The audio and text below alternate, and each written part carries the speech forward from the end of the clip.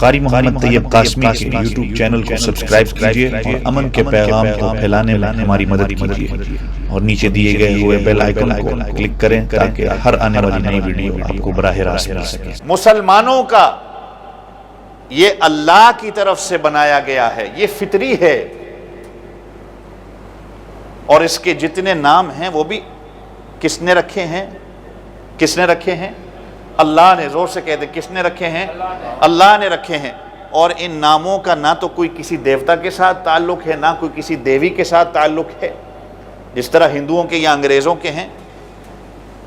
اللہ خود کہہ رہے ہیں کہ اسنا عشر شہرن فی کتاب اللہ یوم خلق السماوات والارض منہا، آسمان اور زمین کو جب میں نے پیدا کیا، میں نے ان 12 مہینوں کو بنا دیا، اور ان میں سے 4 مہینے میں نے حرمت والے بنا دیے۔ محرم ہے، رجب ہے، ذوالقعدہ ہے اور ذوالحجہ ہے، جس کو زمانہ جاہلیت میں بھی مانا جاتا تھا۔ تو گویا کہ یہ کہنا کہ یہ مہینہ فضیلت والا اس لیے ہے کہ اس میں حضرت حسین رضی اللہ عنہ کی شہادت ہوتی ہے، یہ کہنا غلط ہے، بلکہ یوں کہا جائے کہ یہ مقام و مرتبہ حضرت حسین رضی اللہ عنہ کا ہے کہ اللہ نے ان کو شہادت دی تو 10 محرم کو دی۔ یہ ان کا مقام و مرتبہ ہے۔ میں نے پچھلے جمعے بھی کہا کہ شہادت یہ وہ لوگ ہیں جو آپ کو کہتے ہیں کہ محرم کا مہینہ نحوست والا ہے یا یہ بے برکتی مہینہ ہے، جو شہادت کو اپنے لیے لعنت سمجھتے ہیں، جو شہادت کو اپنے لیے افسوسناک سمجھتے ہیں۔ اللہ کا قرآن کہتا ہے کہ شہید کو مردہ نہ کہو، شہید جب اللہ کے ہاں جاتا ہے تو اس کو دنیا میں آنے کی حاجت نہیں ہوتی، لیکن وہ صرف اس لیے کہتا ہے کہ اللہ مجھے دنیا میں دوبارہ بھیج تاکہ میں تیری راہ میں دوبارہ شہید ہو جاؤں۔ یہ تو خود حضور پاک صلی اللہ علیہ وسلم کی خواہش تھی کہ اللہ کہ میں تیرے راستے میں شہید ہو جاؤں، پھر زندہ کیا جاؤں، پھر شہید کیا جاؤں، پھر زندہ کیا جاؤں، پھر شہید کیا جاؤں اور پھر زندہ کیا جاؤں۔ یہ تو شہادت کا مرتبہ اور مقام اتنا ہے۔ لیکن بعض لوگ ہمارے ایسا ہم لوگوں کو اس پٹی کے اندر ڈال دیا کہ آج اگر کوئی اس مہینے کے اندر کوئی نکاح کرنا چاہے یا کوئی کاروبار کرنا چاہے یا کوئی اور خوشی منانا چاہے تو وہ اپنی سوسائٹی کی وجہ سے نہیں منا سکتا۔ اور آگے اللہ کیا کہہ رہے ہیں؟ ذالک الدین القیم، یہی سیدھا دین ہے۔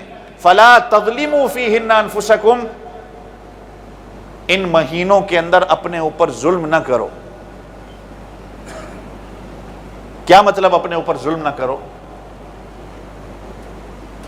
کہ ان مہینوں میں گناہ نہ کرو۔ خاص کر کے یہ 4 مہینے جو اربعۃ حرم، یہ محرم، یہ رجب، ذوالقعدہ اور ذوالحجہ، یہ 4 مہینے جو ہیں ان میں اپنے اوپر ظلم نہ کرو، کہ ان مہینوں میں گناہ نہ کرو۔ اس لیے کہ جو بندہ گناہ کرتا ہے وہ اپنے اوپر ظلم کرتا ہے، اللہ کی رحمت سے دور ہو جاتا ہے، وہ اپنے اوپر خود ظلم کر رہا ہے۔ اب اس کا مطلب کیا ہے کہ ان 4 مہینوں میں انسان گناہ نہ کرے، باقی 8 مہینوں میں گناہ کرے؟ کیا اس کا یہ مطلب ہے؟ اس کا مطلب یہ ہے کہ ان 4 مہینوں کے اندر اپنے آپ کو گناہ سے زیادہ اپنی حفاظت کرو، اپنے آپ کو بچاؤ، اس لیے کہ ان مہینوں کے اندر جو نیکی کرتا ہے اس نیکی کا ثواب بھی دگنا ہو جاتا ہے، اور جو ان مہینوں کے اندر گناہ کرتا ہے اس گناہ کا وبال بھی پھر ڈبل ہو جاتا ہے۔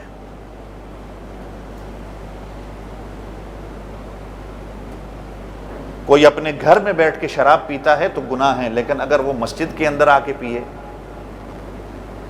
کوئی اپنے گھر کے اندر بیٹھ کے کسی کی غیبت کرتا ہے تو گناہ ہے، لیکن وہ مسجد کے اندر آ کر، یا کوئی خانہ کعبے میں جا کے مسجد الحرام میں جا کر غیبت کرتا ہے تو وہ اس سے بھی بڑا گناہ ہے۔ یہاں نماز پڑھی یہاں ثواب ہے، گھر میں نماز پڑھی اس کا الگ ثواب ہے، مسجد میں آ کے پڑھی اس کا الگ ثواب ہے، کعبے میں جا کے پڑھی اس کا اور ثواب ہے۔ اسی طریقے سے گھر میں گناہ کیا اس کا گناہ ہے، مسجد کے اندر آ کے گناہ کیا، خانہ کعبے میں جا کے گناہ کیا، اس گناہ کا وبال بھی ڈبل ہے۔ تو اس لیے فرمایا گیا فلا تظلموا فیہن انفسکم، کہ اپنی جانوں پر ظلم مت کرو۔ یہ تو اللہ کی طرف سے مقرر کردہ مہینے ہیں تمہارے لیے، یہ 4 اس میں سے جو ہے حرمت والے ہیں، اور یہ اللہ کی طرف سے میں نے کہا یہ فطری ہیں۔